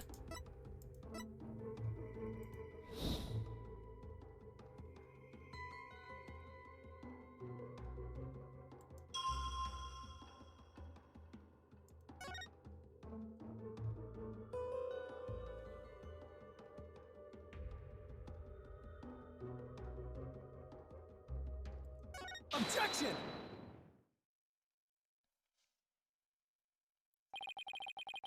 I hate to break it to you, Your Benevolence, but you misinterpreted something again.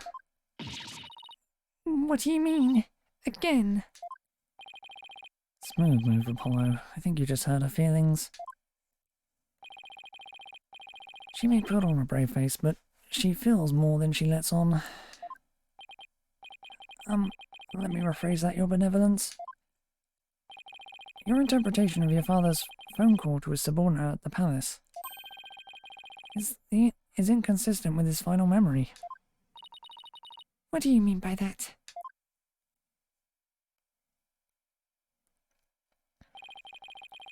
A lion's roar could be heard over the phone. Don't you find that strange? Claim the call was with someone at the palace. Let me ask you, do you keep lions there? No, the only animals at the palace are little birdies and my pet frog. Wait, the giant one in front of the minister's house is a pet? Besides, there aren't any lions in Kareen. We don't even have any zoos. A rather sad state of affairs, I'm afraid. Oh, I remember hearing a sound like that. The lion's roar coming from the phone is actually from someone hanging out in the bazaar. Isn't that the cry of the warbird over in the bazaar? Your Benevolence, do you think you can clarify the voice for me? Very well. I will now attempt to further refine my vision.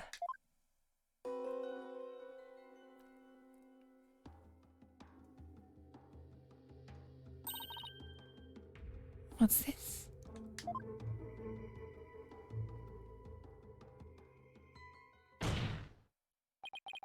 Just as I suspected, it was the call of a warbird.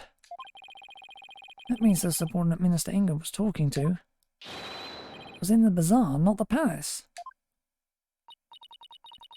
But why is that important, where the call came from? What significance could it have? She's right. Is it important to know where the call was made from? Yeah, it's very important. It's actually very important. Knowing that the person on the other end was at the bazaar means that the loud explosion might not have been the sound of a gunshot. But I can think of no other item that makes such a noise in the area. Go ahead, Apollo. Tell her. Tell Raver the real source of that sound. Will do. Well, Hornhead, I'm waiting. What was the true source of that explosive sound? Take that! What is that? It's Albie, your guide's statement. In it, he claims that That's Arable threw a firecracker at him when he was at the bazaar. Then... Yes, the sound heard over the phone was a firecracker exploding. Objection! And yet, a bullet was found at the scene of the crime. A bullet fired from Minister Inga's gun. How do you explain that? Well, we don't know whether it was fired during the course of the crime, right? Or do you have evidence that proves when the pistol was discharged? No, I have none. Wait a second. If that loud bang was a firecracker, then could that laugh at the end have been... No, it can't be. Oh, it can, and it is. The laugh came from none other than... the Joker who got a kick out of startling Albie with his dragon snot snaps. That happy-go-lucky That's Arable. But... Someone should really put a leash on that guy. I shudder to think how one man can be the cause of so much trouble. Hey there, AJ! Ping W! You can thank me later! one asked for your commentary, Mr. Arable. Your benevolence. Do you need to revise your insight? It would appear so.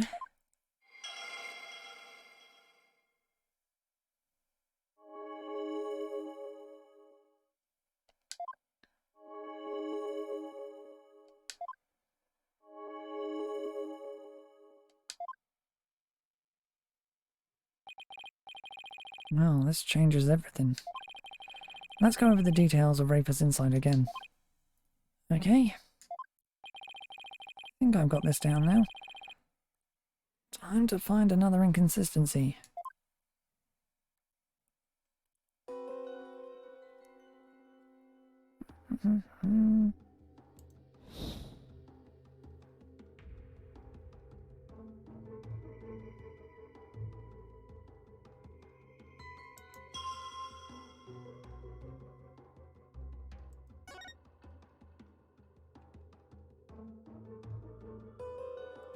Objection!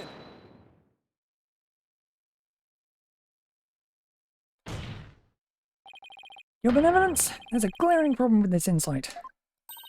There is? You stated that the murder happened at around 3 PM, which is right around the time my client arrived on the scene. However, now that we know what the source of the loud bang is, your insight conflicts with a certain piece of evidence. I suppose I have to ask the obvious here. What evidence conflicts with the claim that the murder occurred at 3 PM? Take that! I'll need your guide's statement again. Yes, because to summarise what he said, at around 2 PM, Shadow was surprised by a firecracker and ran into the palace courtyard. Around 2 PM? That's right, 2 PM. Not 3 PM. Are you suggesting? I think you know where I'm going with this. That's his laugh, the cry of the warbard, and the bang of the firecracker were all heard right before Minister Inga's death. Thanks to Albie's statement, we can put a definitive timestamp on all of these sounds. Therefore, what this vision shows is that it's extremely likely that the deceased's final moments are at 2 rather than 3, as we had originally thought. Dare I ask? It means the murder took place a full hour before Dirk entered the tomb. Unga! How can this be? Are you saying that I, the very personification of the law, have been mistaken?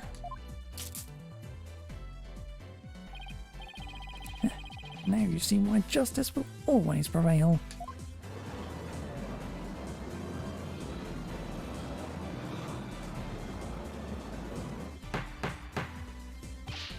Peace, peace, I say. Now then, defense.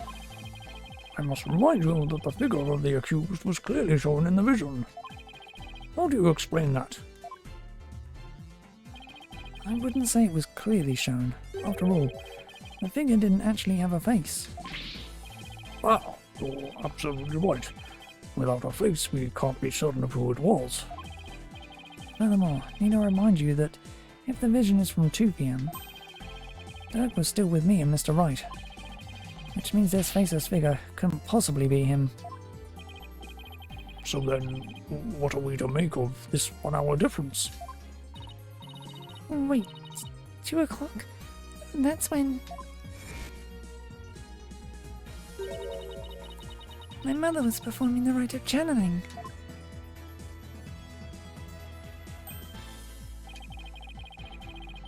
The palace guards had all been reassigned to guard the channeling chamber for the rite.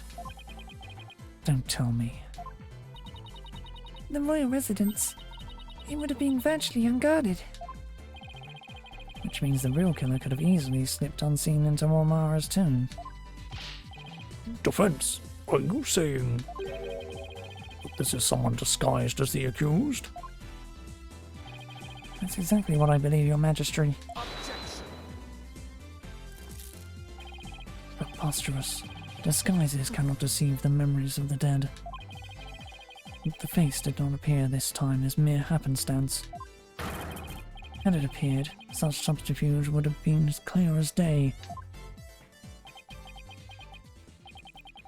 He's got a point there. Anyone who knows about the divination seance would have tried to hide their face. Nevertheless, our killer openly appeared before Inga. The question is, why? Apollo? Maybe the killer could afford to be so bold, because they knew their face wouldn't show up in the seance vision. What? It's possible that the killer dared to dress in Dirk's clothes and stand square in front of Inga, precisely because they knew they could get away with it? How can anyone be so sure of something like that? A long time ago, I heard of a cognitive disorder. It impairs a person's ability to distinguish between different faces. What if Inga had it? Then, are you saying this is literally how Inga saw the world?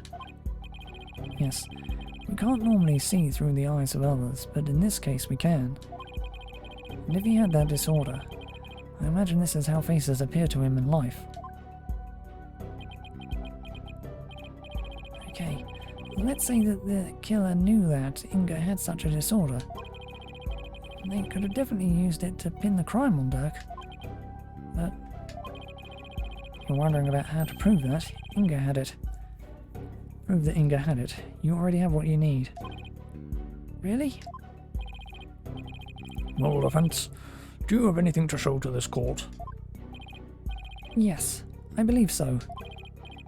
Frankly, I have no idea what Mr. Wright means, but I'll look the evidence over again. What explains why the face of Minister Inga's killer is absent in the seance vision? Take that! A notepad? Yes, it was found in Minister Inga's room. And it holds the answer we're looking for. As you can see, it's filled with detailed notes on various individuals. What kind of clothes they wear, hairstyles, and other discerning physical characteristics. And this is connected to the faceless nature of the killer, how? The vision we saw was exactly what Minister Inga saw with his own eyes. It is he who saw his killer as a person without a face. In fact, this is how he normally saw everyone around him. What's this? I believe Minister Inga had a disorder that prevented him from recognizing faces. It would explain the face's being. And why he needed a notepad full of people's physical characteristics. Now that I think about it, my father was always terrible at remembering people. By simply changing my hairstyle, he would fail to recognize even me. Your Eminence? You knew that your husband had such a disorder, didn't you?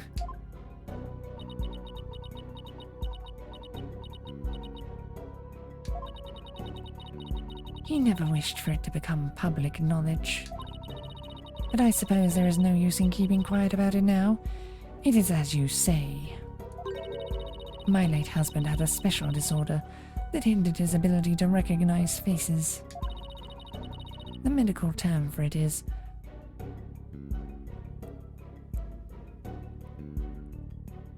prosopagnosia. So Mr. Wright was right. The memories of those afflicted with such disorders in life do appear strange at times.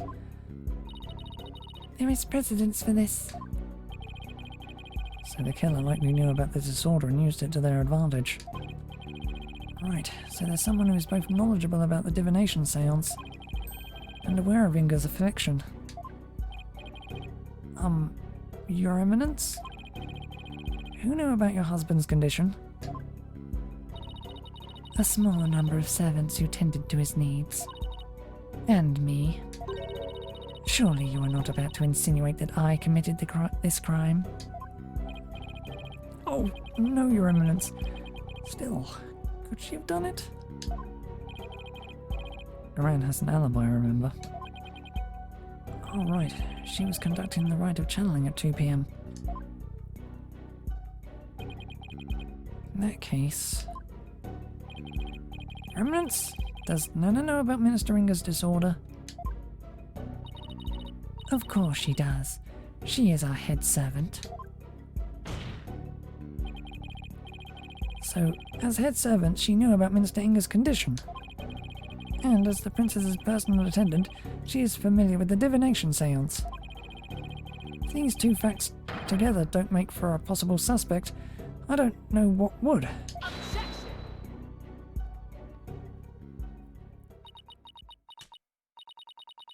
You witless lawyer. How quick you are to forget the facts. Facts like... When Inga was last seen alive, you claim he was slain at 2, yet that is impossible.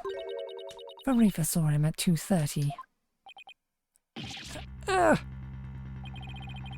did completely forget about that. No, it must be some mistake. So you see, the murder could only have happened at 3 p.m. The hour Dirk entered the tomb. There is no other answer to this puzzle.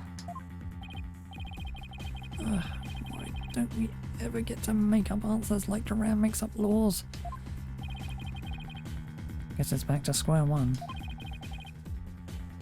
Where did we go wrong? I don't think we're the problem. Just seem to be short one piece of the puzzle.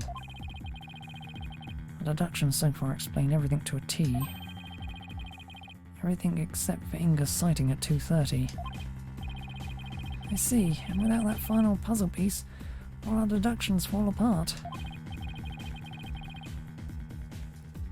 Apollo. If Inga's sighting is the only abnormality, only anomaly, we'll just have to find a way to make it fit with the bigger picture. Time to think outside the box then, right? Let's see. It would be impossible to see Inga walking around after he'd been killed. What if there's a way to make people think he was alive even though he was dead? Like a way to make people witness the living dead?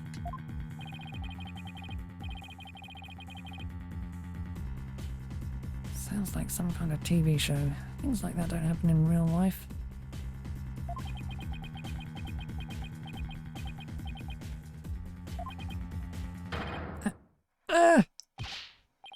Apollo, did you just... I did.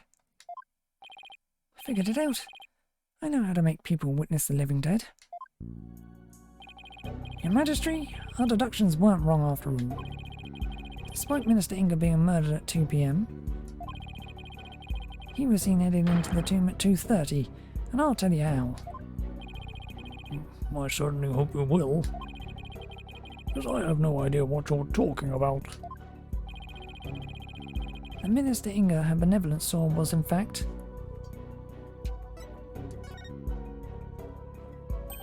it was the deceased being channeled.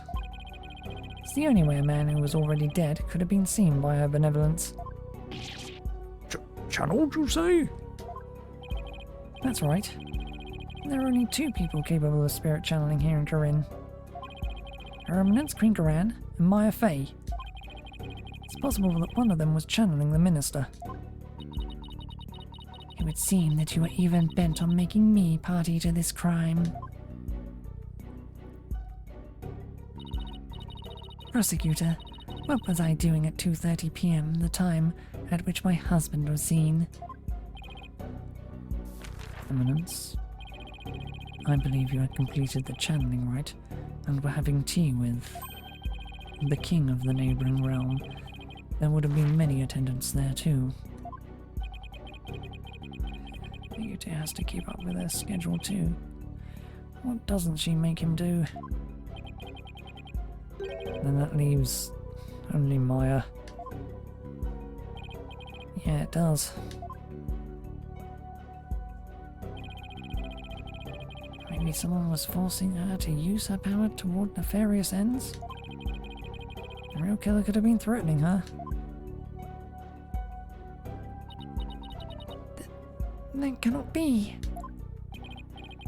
So then Inga's scream, that was probably from when he woke up from being called back to this world.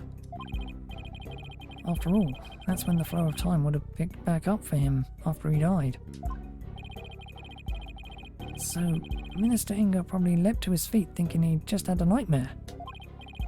Then, realizing it was almost time for the hostage exchange, he raced off to Ramara's tomb, not even realizing he was already dead. Then her benevolence really did see a dead man running. I... Ah.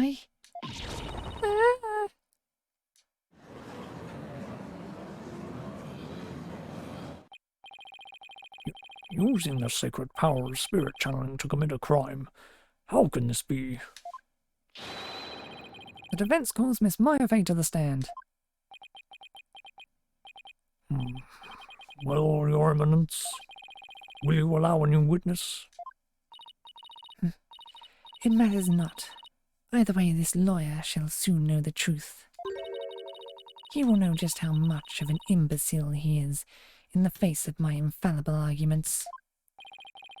Salt me all you want, witch. You'll be eating those words when I expose the truth. Very well. Let us adjourn until the next witness is ready.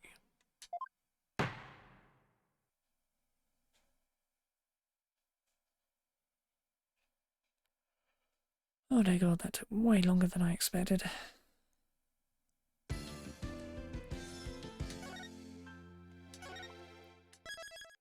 Ugh, my voice is already killing me.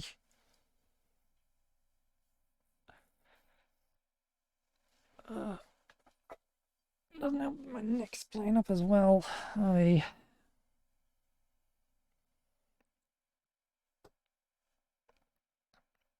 still essentially 2 more parts, and they are big ass fucking parts.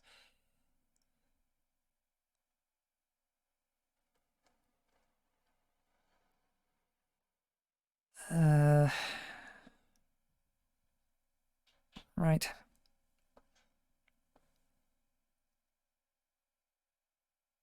I'll stop here for today. I'll finish this tomorrow. Oi. Ugh, man.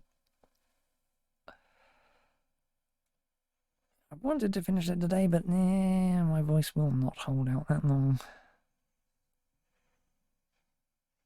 Well, my voice will actually, but my body won't. That's what I get for sleeping badly.